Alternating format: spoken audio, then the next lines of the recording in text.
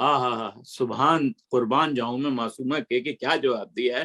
تو معصومہ نے جواب دیا نہ وہ کسی نام محرم مرد کو دیکھے، نہ وہ کسی نام مرد محرم کو دیکھے اور نہ کوئی نام محرم مرد اس کو دیکھے.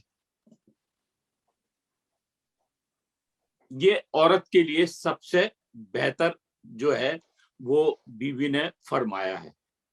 تو اب ہم اظہر بھائی، اب ہم اسی معاشرے میں رہتے ہیں.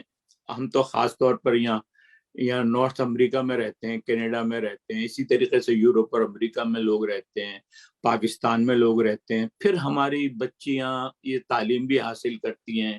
تو یہ ہے اب زیادہ تر جو اب وہ کوششیں ہوتی ہیں کہ بھی لڑکیوں کو آپ لڑکیوں کے اسکول میں داخل کرائیں، لڑکوں کو لڑکوں کے اسکول میں داخل کرائیں، مخلوط تعلیم نہیں ہونی چاہیے. یہ سب چیزیں سب کی نظر میں سب پیش نظر رکھتے ہیں اس میں، مگر جب تعلیم اعلیٰ تعلیم کا سلسلہ شروع ہوتا ہے تو وہاں پہ یہ تفریق نہیں رکھی جاتی.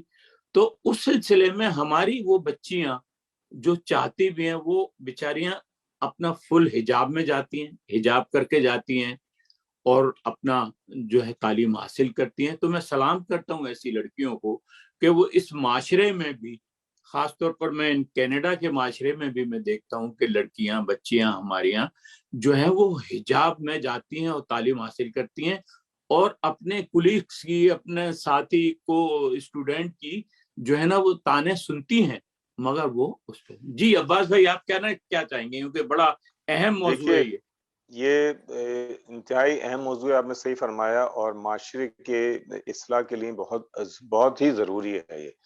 تو جب اس کا ذکر کیا جا رہا ہے کہ عورت جو ہے نامحرم کو نہ دیکھے اور نامحرم کی اور اس پہ نظر نہ پڑے، تو اس سے یہ پتہ چلتا ہے کہ معاشرے میں جو خرابیاں پیدا ہوتی ہیں اس کا سبب ایک اس کا سدباب جو ہے وہ اس میں قرار دیا گیا ہے کہ معاشرے میں جو برائیاں پھیل رہی ہیں اس کا سدباب اس طرح ہو سکتا ہے کہ کیونکہ عورت پہ اس لیے زیادہ زور دیا گیا ہے کہ عورت جو ہے وہ اس کا اہم کردار ہے معاشرے میں تربیت اولاد کے سلسلے میں، اور عورت کی حیثیت ایسی ہے کہ وہ معاشرے میں جو اس کو اگر جہاں جیسے اس مغربی معاشرے میں عورت کو جس طرح استعمال کیا جا رہا ہے اور اس کو ایک طرح سے آپ مشین بنا لیا گیا ہے پیسے بنانے کی، تو اس سے معاشرے میں بہت زیادہ برائیاں پھیل رہی ہیں.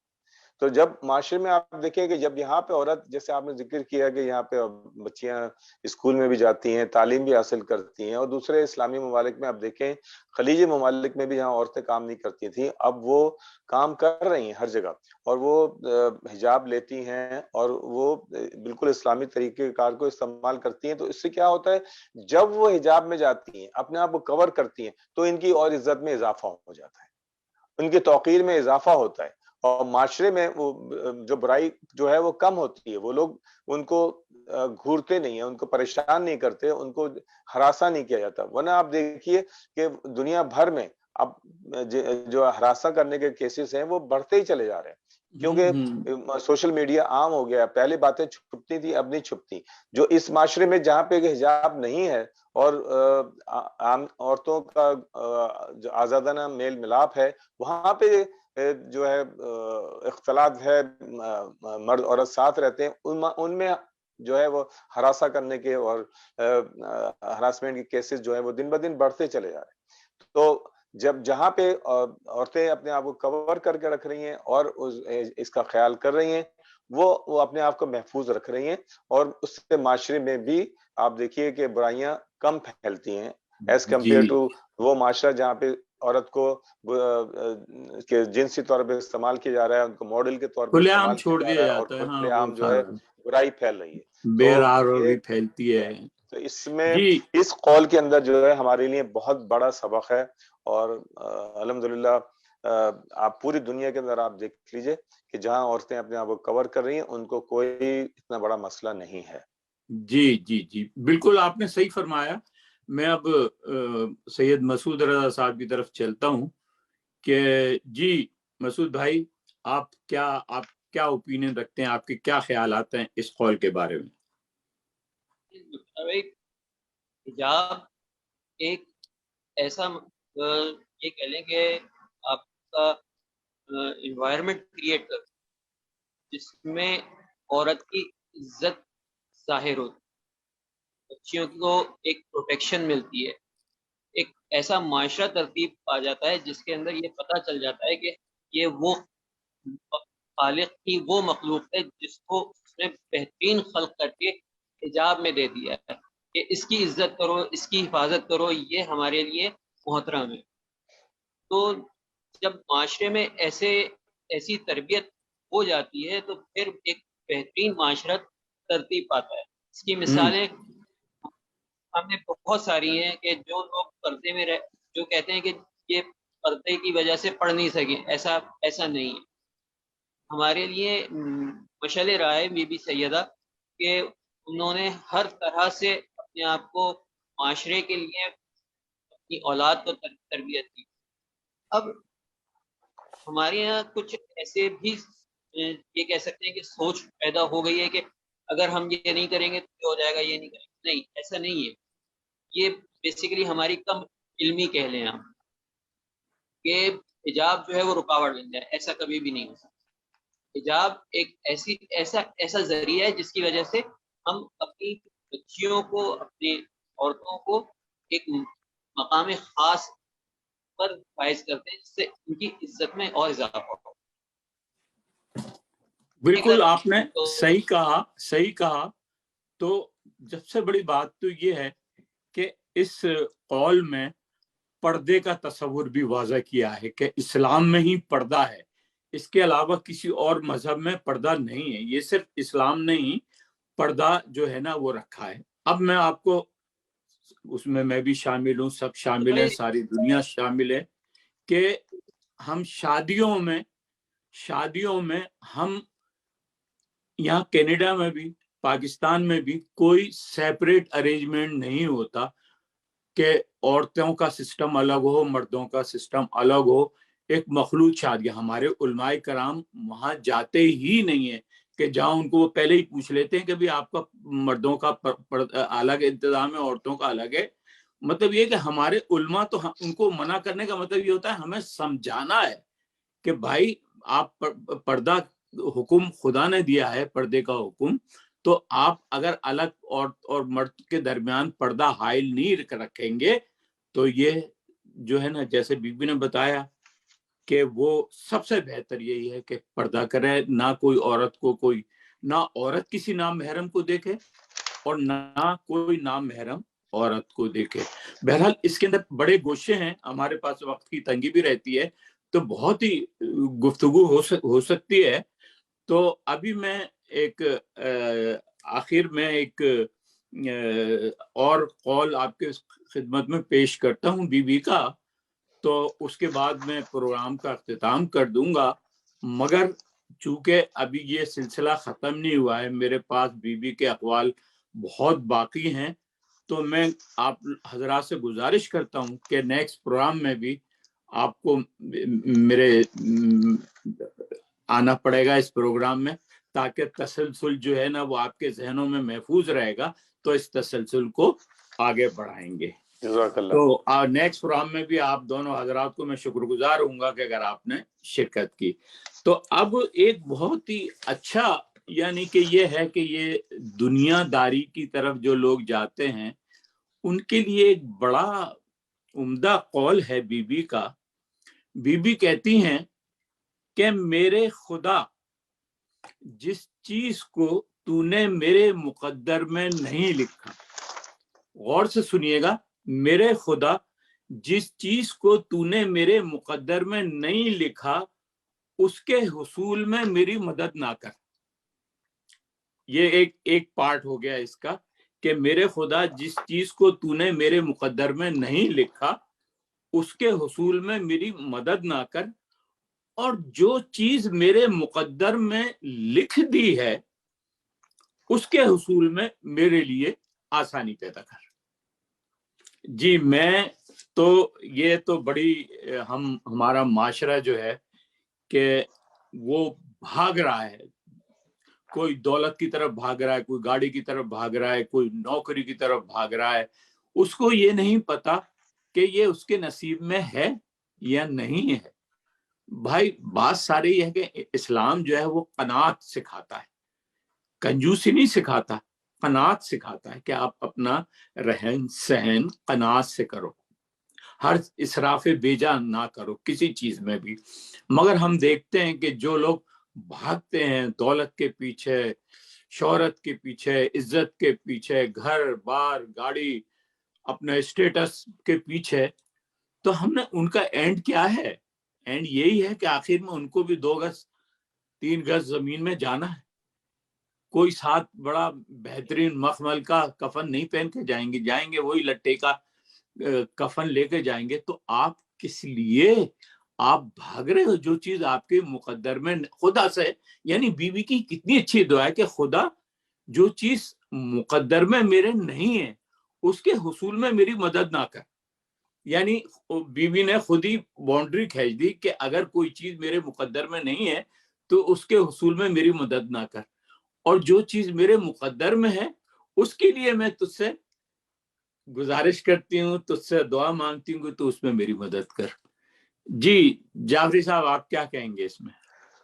ذوالفقار بھائی اس قول میں جو ہے بہت بڑا فلسفہ چھپا ہوا ہے, اور آپ یہ دیکھیے اگر اس کو ہم دیکھیں کہ بیوی یہ بتا رہی ہیں کہ ہم دنیا کی ہوس پرستی سے ہم کو دور رہنا چاہیے, اور ہم کو جب بھی ہم دعا مانگیں اللہ تعالیٰ سے تو یہی دعا مانگیں کہ ہمیں دین اور دنیا کی دولت سے مالا مال کر, اور ہم کو وہی ہمارے لیے جو بہتر ہو وہی ہمارے لیے کر. کیونکہ بہت ساری دعائیں جو آپ ایسی مانگتے ہیں اللہ سے, بعض اوقات ہم یہ سوچتے ہیں میری دعا قبول نہیں ہو رہی. جب آپ کی دعا قبول نہیں ہوتی تو وہ ہمارے لیے بہتری ہوتی ہے, اور یقین جانے, اور یہ آپ کو بھی پتا ہے, ہم سب جانتے ہیں کہ جو دعائیں قبول نہیں ہوتی اس کا ہمیں اجر ملے گا, اور قیامت کے دن ہم یہ سوچ رہے ہوں گے کہ میری دعائیں کیوں قبول ہوئیں, کیونکہ اگر نہ ہوتی تو یہاں پہ مجھے اس کا بہت اجر مل رہا ہوتا. بالکل آپ نے بڑا صحیح کہا, یوں کہ اس کی وجہ یہ ہے کہ ہم پریشان ہوتے ہیں کہ میں نے خدا سے ارے خدا نے آپ کو بچا دیا کہ یہ چیز آپ کے نصیب میں نہیں تھی, تو اگر کوئی دعا پوری نہ ہو یا کوئی کام آپ کا پورا نہ ہو تو آپ یہ سمجھ لیں کہ یہ خدا نے میرے مقدر میں نہیں لکھا ہے, تو اس لیے مجھے نہیں ملا. ہم جاب کے لیے انٹرویو دینے جا رہے ہیں, جان لڑا رہے ہیں, سفارشیں لڑا رہے ہیں کہ یار یہ مجھے یہ جاب مل جائے, اب آپ کو نہیں ملتی تو ڈسہارٹ نہیں ہونا چاہیے کہ خدا نے یہ آپ کے نصیب میں ہی نہیں لکھی تھی. تو یہ بہتر یہی تھا. ہاں تو جی مسعود بھائی آپ کیا کہنا چاہیں گے اس سلسلے میں؟ دیکھیں اس کو میں اس طریقے سے کہوں گا کہ ہمیں اپنے اللہ تعالیٰ کی رضا میں راضی رہنا. جی جی سب سے امپورٹنٹ چیز دیکھیں, اس کی رضا ہوگی تو وہ چیز آپ کے پاس موجود ہوگی, اس کے لیے وہ ذرائع بھی بنا دے گا, اس بے شک بے شک. اور جس چیز کی آپ کو ضرورت ہے آپ واسطہ دیں پنجتن کا 14 معصومین کا, اگر اس کی منشا ہوئی تو وہ آپ کو عنایت ہو جائے گی, آپ کو مل جائے گی. صحیح کہا. اور ذوالفقار بھائی اس میں اضافہ میں یہ کروں کہ دیکھیں بہت ساری دعائیں ہماری اللہ تعالیٰ بار بار ہمارا اصرار کرنے پہ وہ قبول تو کر لیتا ہے, لیکن وہ ہمارے لیے بہتر نہیں ہوتی, اس سے ہمیں نقصان ہو جاتا ہے. بہت سے کام ایسے ہیں کہ ہم نے اس میں ہاتھ ڈالا کہ یار یہ ہونا چاہیے, اس کی زور و شور لگایا, اس کے لیے طاقت کا استعمال کیا, پیسے کا استعمال کیا, وہ چیز حاصل ہو گئی. مگر اس کی مثال بالکل ایسی ہے کہ آپ بازار میں جا رہے ہیں, کوئی کانچ کا گلاس یا کانچ کا کوئی برتن آپ کو پسند آ گیا, آپ نے لے لیا, مگر راستے میں وہ ٹوٹ گیا, تو اب آپ افسردہ ہوتے ہیں نا کہ یار یہ ٹوٹ گیا, کتنی محبت سے چاہ سے خریدے تھا. تو ایسا ہی آپ کی دیگر ضروریات ہے کہ اگر وہ پوری نہیں ہوئی تو آپ یہ سمجھیں کہ آپ نے گلاس خریدا تھا, وہ ٹوٹ گیا, اس پہ دل برداشتہ نہیں ہونا چاہیے. تو بہت شکریہ آپ تمام حضرات کا. میں بہت شکر گزار ہوں جناب اصغر عباس جعفری صاحب کا ٹورنٹو سے, اور میں سید مسعود رضا صاحب کا پاکستان کراچی سے بہت شکر گزار ہوں. اور میں آپ سے اجازت چاہوں گا, مگر یہ کہہ کر کہ آپ کو میرے اگلے پروگرام میں ضرور آنا ہے تاکہ ہم اس سلسلے کو آپ دونوں کے ساتھ ہی بیوی کے اقوال پہ ہم سیر حاصل بحث کریں. آپ لوگوں نے بہت اچھے نقطے نکالے, بہت اچھی طریقے سے بات کی. تو ناظرین اس کے ساتھ ہی میں اس پروگرام کا اختتام کرتا ہوں. انشاءاللہ نیکسٹ ایپیسوڈ میں آپ سے ملاقات ہوگی انہی مہمانوں کے ساتھ. خدا حافظ. فی امان اللہ.